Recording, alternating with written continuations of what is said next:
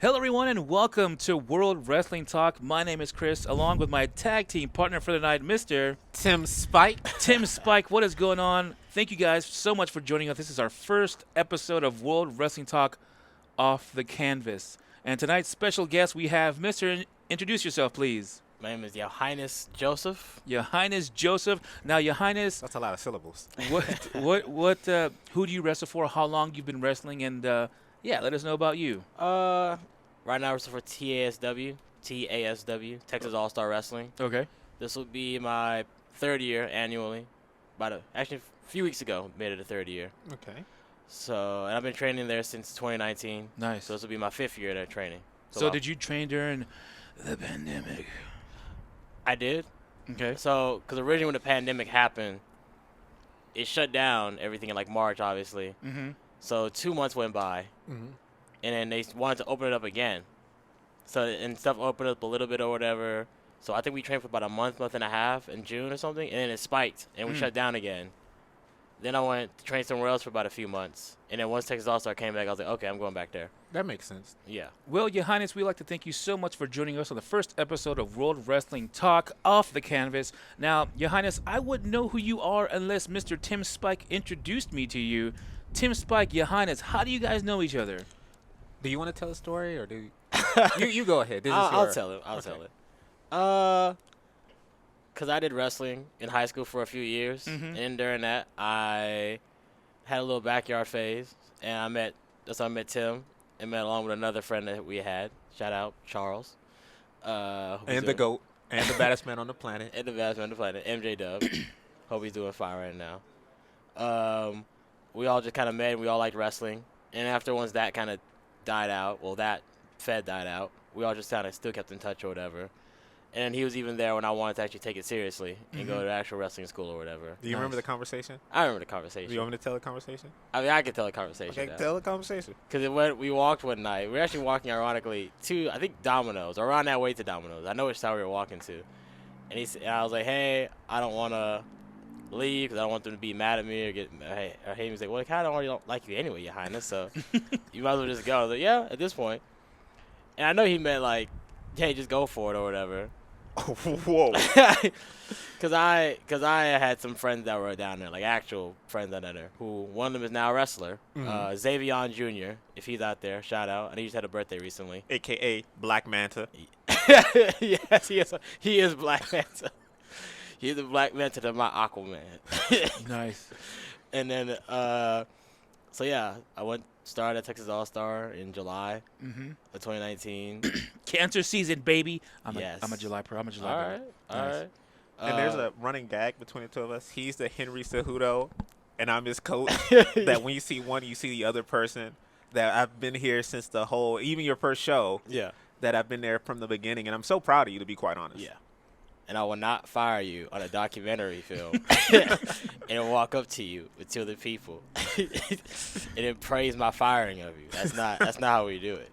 So you guys go way back, and you were there from the beginning, Tim Spike, for Your Highness.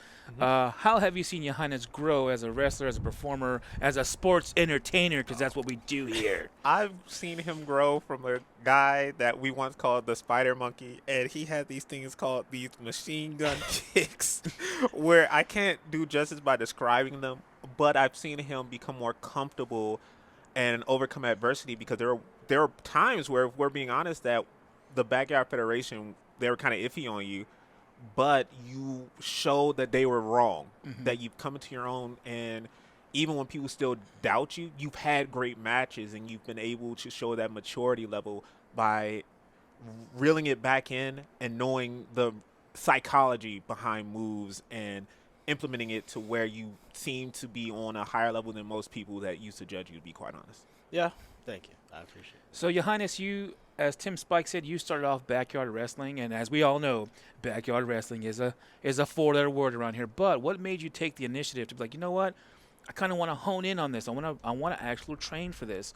And like, what took you out there? Like, what made you go out there?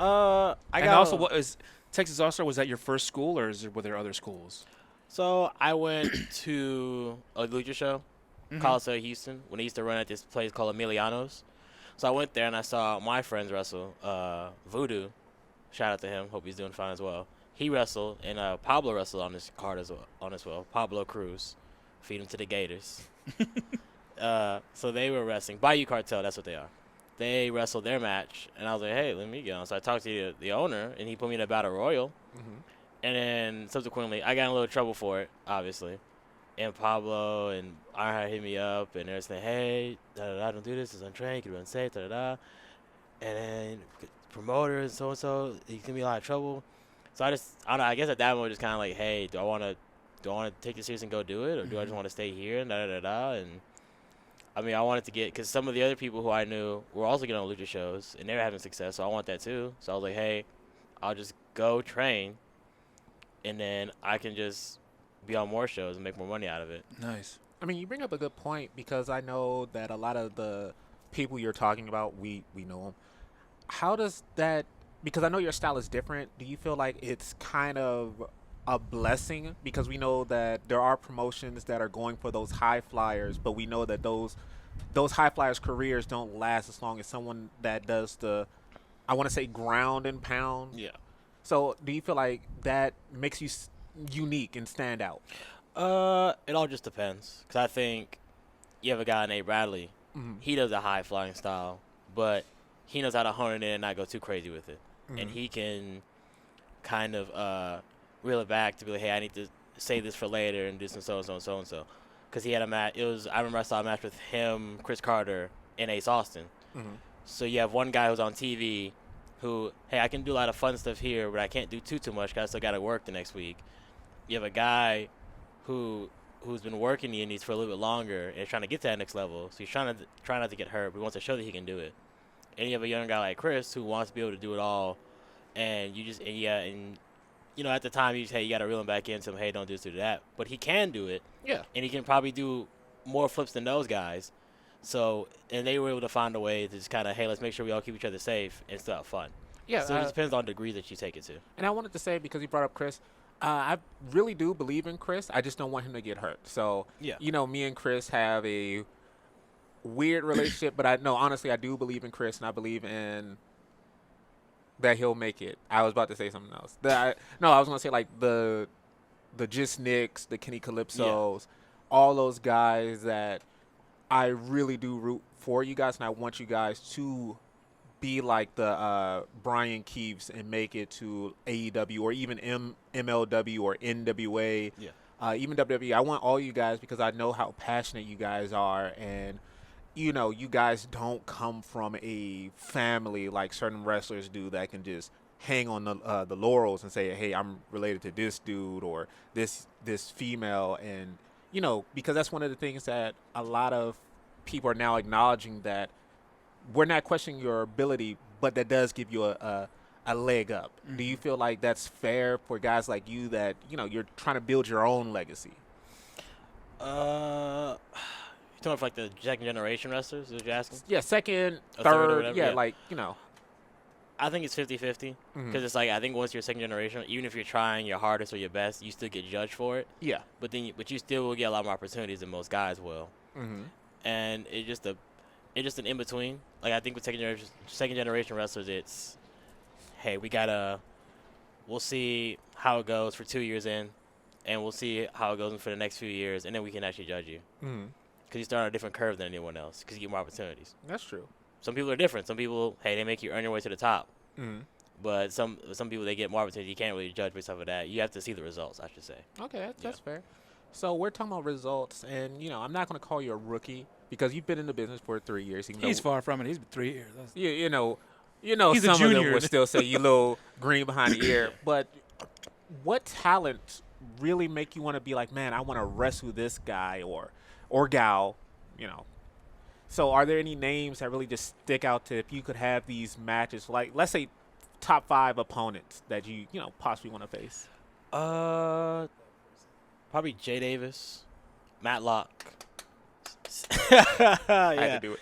Yeah, Jay Davis, Matlock, Stevie Hendricks, Mm-hmm. Justin Ick. And if I had to say for the last one, ooh, this is getting tough. Probably Justin Tyler. I haven't Okay. wrestled him yet. So Justin Tyler's a pretty good guy. He was at Yeah. Space City Slam Fest with Kenny Calypso. They put on a hell of a show. I mean, not better than my boy though. I'm his manager. I got to promote him. So, manager. Oh, we got to get into that very soon. So a lot of managers going on. So what is going on with that? Or how, like I said, you guys know each other from way back when. Tim Spike, you like to say yourself as the world's best commentator. Yohynness, do you agree with that? yeah. Okay. Do you want to do the list? Mario, Big Boy Troy. Segway. What's tomorrow if we timestamp it? What Some happens names you tomorrow? guys will Well, not know. tomorrow, by the time this airs, there we will have me and Walker will be at an event, and we'll have that footage out to you as soon as we can. But maybe, just maybe, in my opinion, you might have a contender with Walker because he's pretty damn good on the mic there. He's pretty good. He's a good play-by-play guy. So American Steel. maybe your old pal Chris Walker could go up against you for that title. Who knows? Or maybe, just maybe, we can ask Mario to come out of retirement. Who knows? And I would like to segue. Baby boy, please admit to the world that I knocked you out. So we have video, we have witnesses. Let it go. Just let it go. But this is about you, Your Highness.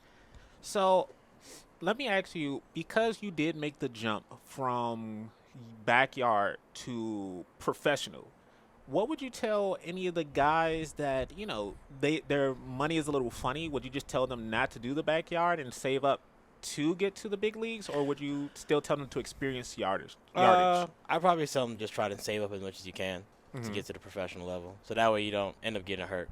That's true. And I would say when you get to the professional level, because my first year and we looking back at it, because we had the pandemic and he had shows in the pandemic, and we also had a new wrestling company come out, AEW. You hear a lot of there's a lot of people that like wrestling, but they don't know wrestling, and they don't know what to expect. And you'll get tricked by this guy who knows this name and this guy knows this name, but they don't. It's just all talk. They just paid for them, but they can't actually get you connections, and they'll use that to have you try to get them to do favors, and also go to a school that you want to go back to once you make it famous. Because a lot of people will come to our school or come to other schools and say, "Hey, I was at this place, but then I left it for there." Like, go to a place that's gonna treat you right, and then you'll treat them right, and y'all both will always be connected. And you'll want to, hey, I want to end my career off at this place, or I want to go there for my last tour when I get signed.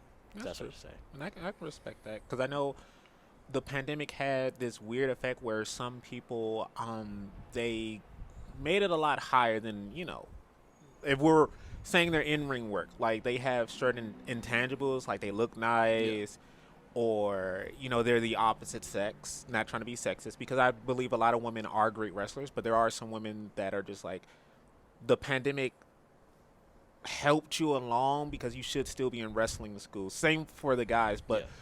I mean, how do you work with those people that like they've been in the business, but they count the pandemic year, but they still have issues with like the basics? Like, is that It just depends on their actual work. Like Kenny Calypso, he wrestled during the pandemic. Great and wrestler. his work is actually very good. But then you have other wrestlers. You don't have to say that. men and women alike. That hey, at least if it wasn't for your certain gender or if it wasn't for this certain quality that you have, you wouldn't be on these shows. And you just have to. And sometimes you gotta let them know, especially if you're working.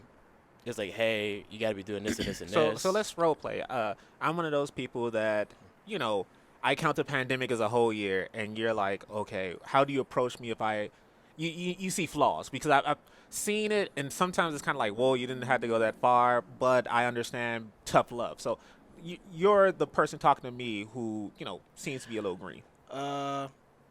I would just have to see how they're actually wrestling and how often they even wrestled during the pandemic. Because you also have people that trained during the pandemic. So it's another weird thing. And depending on how open or how closed your gym was at the time, that depends on how good your actual work is. Because a lot of people also left schools or started new schools because of the pandemic when they start to open and close things. So it just depends. Yes. They got that stipend check. Stimulus, unemployment, that's $4,000. Taxes. Yes. It's a funny story that I have to tell. I was at a wrestling show, and I was handling the money. I have to tell this story. So it's Where's like Terry? it's like the second guy in there comes with $100 bill, and I'm just like, sir, I don't even got change for this. So I want to admit this. You know, I give him the money and he looks at me and I'm like, sir, just go. Like he just here's $100 and you're the second person in line, bro.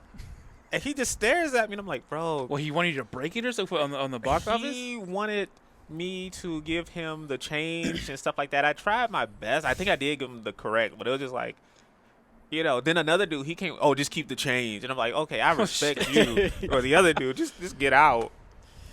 So, Yohynness, as we draw to a close, first off, how did you get the name Yohynness? And because the way it's spelled, the way it's spelled is not like Yohynness as we all know, but it's different spelling. Yeah. So, how did you come up with the name Yohynness? Wait. You ready? Yeah. Because it's gonna surprise you. What's your real name? It's Your Highness. Oh. So it's your actual name. Yeah. I thought he knew. Oh, okay. No, I didn't know. Oh. Well, the people now know. Yeah. Yohynness is Yohynness. Because it's one of our first conversations. What's your name? Your Highness. What's your real name? Your Highness. Bro, stop playing. Here's my driver's license. But Yohynness, as we draw to a close, we want to thank you so much for being our first interview here on World Wrestling Talk. Thank you, Tim Spike, for showing us Yohynness, and Yohynness may be showing us the way in the future. And I want to say, before you, I'm sorry. Go for it. Your Highness, again, I'm so proud of you. I know you'll go on to do great things, and I'm expecting my WrestleMania box office seat. So don't ever forget that. Yeah. Speaking of that, Yohynness, where would you like to see your wrestle career take you? Also, to the up-and-comers of the future. For the future wrestlers, what do you want to tell them? What advice would you give them that you didn't know at the time? First thing, I would like to go. If I go to WWE one day, it might be 10 years into the future when I'm a bit more seasoned. But at the moment, I wouldn't mind AEW or MLW or TNA or even New Japan. AEW would probably be at the top of the list, though. What about NWA? Why we always Okay, NWA too, I guess. All right. Is that still around? Yeah, it's still around. It's on the internet, right? Yeah. Power? Yes. Okay. Yeah. Just CW stuff on the app. just don't Yeah, just no, I'm not him. But yeah, I like to see myself going to those places, especially AW, because it'll help me pay more and give my life where I need to be, and also I get to do what I love a lot more often. I can probably still do indie dates too. For the second thing, you said what advice I get to any young wrestlers Yes, that I didn't sir. know at the time. Like I said earlier, just kind of it's about who you surround yourself with. Surround yourself with people that are going to help you, and not just tough love, but also like help and support you and make sure that you become a better wrestler and better person. And just like I said, if you see certain things, you gotta, look at it once or twice. You gotta really ask and see, hey, is this real? Is this not real? Because a lot of people in wrestling, for good or bad, they will hype themselves up, hype certain things up, and they expect you to drink the Kool-Aid. Mm-hmm. And sometimes you drink the Kool-Aid, and then there's just nothing there. And it's like, hey, what did I do this for? And I feel like I wasted my time. You could say you learned something, but then it's like sometimes I just feel like, hey, I could have been doing something else different, or I could have been over at so-and-so and helping others and so-and-so. So that's how I just feel. Just make sure. And I want to add, because we always make this joke. So when do you think you'll pass the torch? And would you want your torch back? When another black kid with a mohawk wants to be Black Kurt Angle, that's when I'll pass it.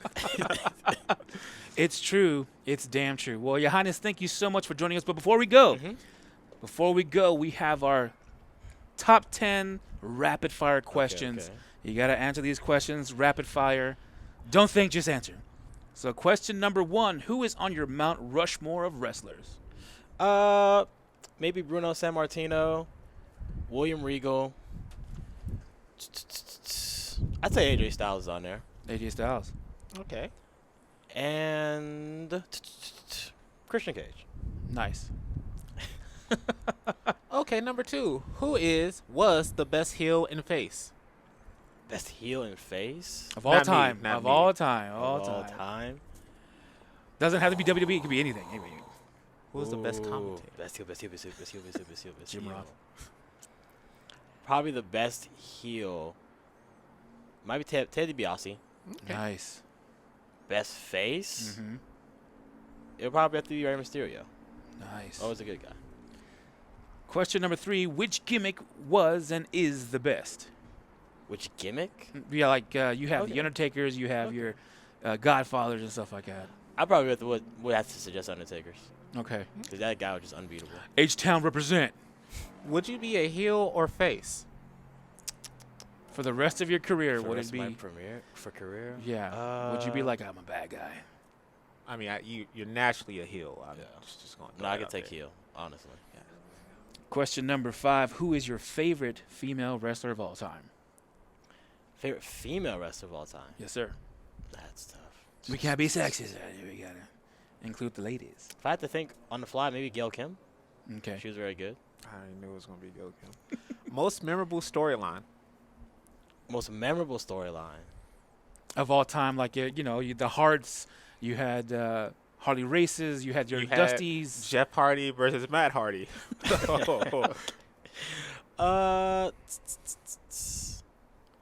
I liked John Cena versus Shawn Michaels at Mania 23. That was pretty good. Nice. And our number 7 question: What do you dislike about wrestling culture? What I like about wrestling culture? Sometimes, honestly, it could be the fans, Mm-hmm. and it could be just the negativity of it. I just mean like in terms of the hypocrisy of it. Yeah, That I was gonna say it's like that one guy that has a bullhorn. I don't know his name, but every time like, yo, you kind of ruined the match. I've seen that guy. Yeah, he is. Ooh, I'm not his biggest fan. No. Okay, I would like to improv a question because I know him. Go for it. So we've known each other for 5 years, and I want there to be video evidence. Why did you think Global Force Wrestling was the next big thing? No. I need you to answer that on the camera. The Jareds. Like, look at the camera. And say I was why. young. And you know, there's probably some wrestling Texas that wrestle for it. I liked when it was on TV. It finally got television. I was like, okay, it's working, I guess. So man, you don't understand how he was so adamant. This is going to be the. I next didn't say all that. I just said, the hey, same it's thing. looking good. I said the same thing about AEW. Look, we're right now. I said that it was looking good. All right. So 2 questions could have after the one. Okay.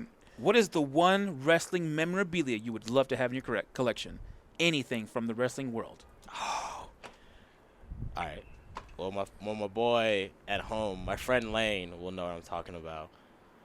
Right now, KG Muda, Great Muda, he had like a company called Wrestle One, and I'm looking for shirts. Now I don't know if I need to go to Parvis and get one because he wrestled there. Parvis. But I like wrestling. I like shirts with the company logos on them, and I can't find this Wrestle One shirt anywhere, so I like to get that. Next question. What other profession would you like to pursue other than wrestling? At worst or at best, actually, outside of this, I'd probably want to be a teacher or coach for amateur wrestling, and probably get a degree so I can teach and then also coach at the same time. Okay. So that's what I'd probably like to do outside of this, because I like doing the amateur wrestling in high school. So. And the last question: if given the chance, what wrestling event would you like to attend? Of all time, throughout time. All time. Don't say WrestleMania 17. No, not WrestleMania 17.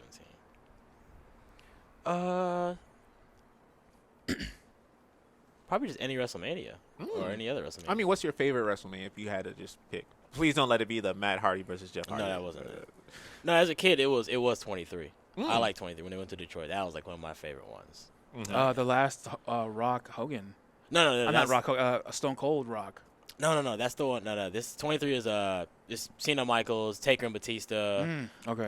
Bobby. Because that's your favorite match, Undertaker and Batista. Yeah, and Bobby Umaga. Like a lot, for the most part, like a lot of good matches. And as a kid, I was hyped for it or whatever. So that's probably the one I want to go to actually see. Nice. Well, thank you so much for joining us once again. Where can the fans find you on Instagram, YouTube, Facebook? Where can they find you? On Facebook, it will be Yohynness Joseph. So just YOHYNNES. Okay. On Instagram, just type in YOHYNNES, and you'll find the same thing. It'll be my picture on it with me in a pose like this or whatever. Nice. Black fist up. For my shows that's coming up, I have shows in general. Let me just plug Texas All Star. Tomorrow we have a Texas All Star show, so you guys should come out to see By the that. time this come out, it will have already come out. Yeah. Hopefully, maybe. We'll have a show again on the 2nd. We'll have another event on the 9th, and we'll have Of March. Yes, Okay. of March. I'm sorry, of March. And we'll have another on March 16th. We'll also have another Texas All Star show on March 23rd. So yeah, we're pretty much packed up for all next month. Nice. Oh, and I had a question, but I'll save it for later. Okay. Well, thank you guys so much for joining us for World Wrestling Talk Off the Canvas with Yohynness. My name is Chris, along with my tag partner, Tim Spike. coming to you from the lovely downtown Houston. Until next time, 1, 2, 3.